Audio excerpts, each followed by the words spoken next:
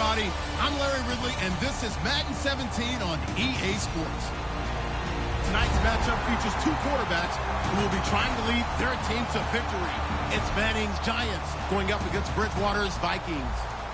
So with that, let's get up to the new U.S. Bank Stadium in Minneapolis. On the call, here are Brandon Godden and Charles Davis.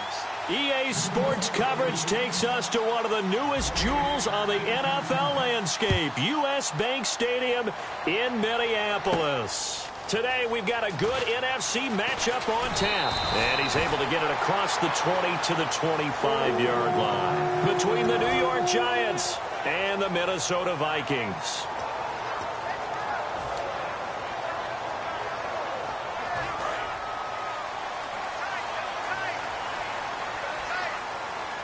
They come out with one back and three tight ends. Now the first carry for Adrian Peterson. It's a pickup of 14 there. And for Adrian Peterson, Vikings have yet to put him out there in the preseason, but that's not banner news. He hasn't recorded a stat in the last 5 preseasons. And why should he? He's proven what he does in the regular season works just fine. They don't need him to have that type of a preseason. All he's going to work on, ball security drills off on the side. Don't worry about playing him during the games. See if they stay on the ground for second down. Let's go. A give to the fullback on the dive. And he'll get it out to midfield. Looks like, yeah, they'll spot it right in midfield at the 50. It's a gain of 4 there, and it gives him a new set of downs. Well, after that pickup of a first down, I think some of the defensive guys are going to be looking over their coordinator and saying that was not in the scouting report. That went against every tendency most teams. Now whistles come in. We're going to get a timeout here by the offense. They'll have 2 remaining as we step aside here in this first quarter.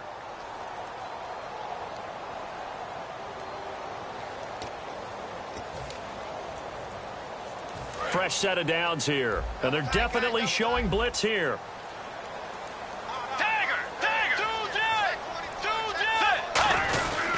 First down, here's a run with Peterson.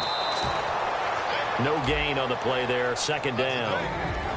And the big boys up front in the trenches. What do you think of the O-line, Charles? I love them because this is a group that's so cohesive. They know what the man next to them is going to do at all times, and they operate as a terrific unit. They'll try to throw here now. Bridgewater. He's got it complete to Stephon Diggs. And Charles Diggs looked pretty good week 3 of the preseason. All 5 targets that came his way, he caught him for 71 yards. He was known as a steal last year because they got him later in the draft. Now he's just one of their better players.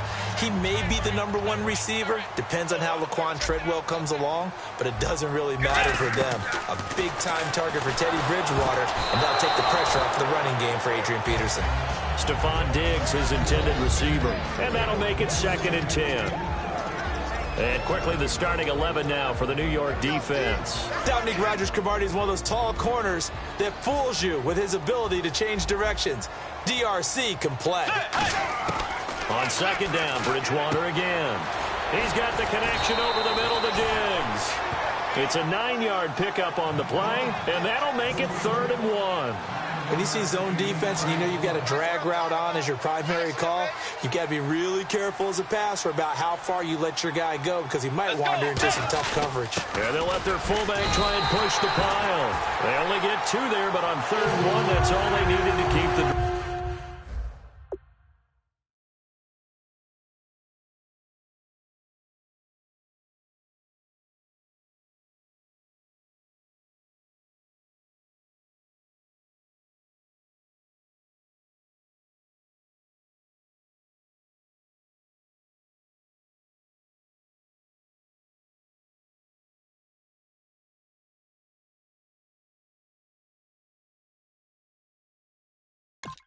drive going.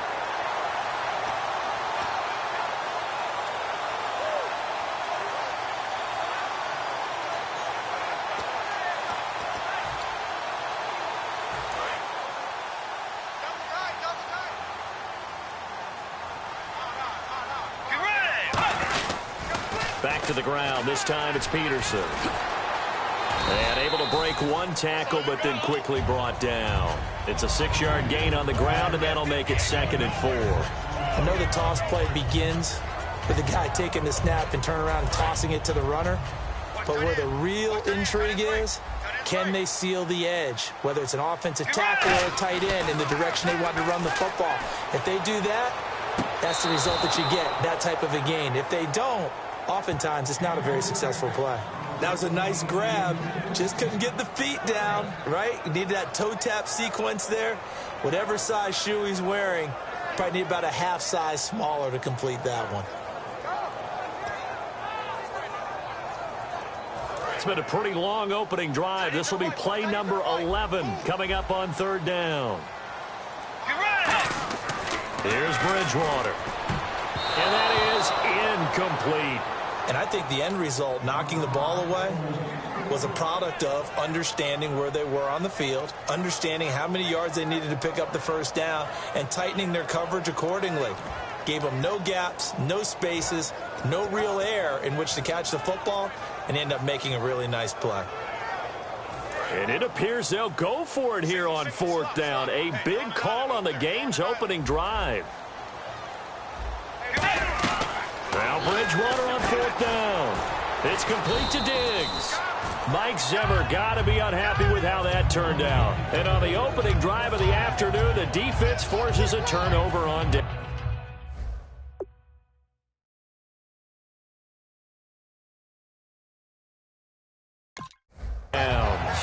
And the coach has decided to challenge this play. He has tossed down the red flag.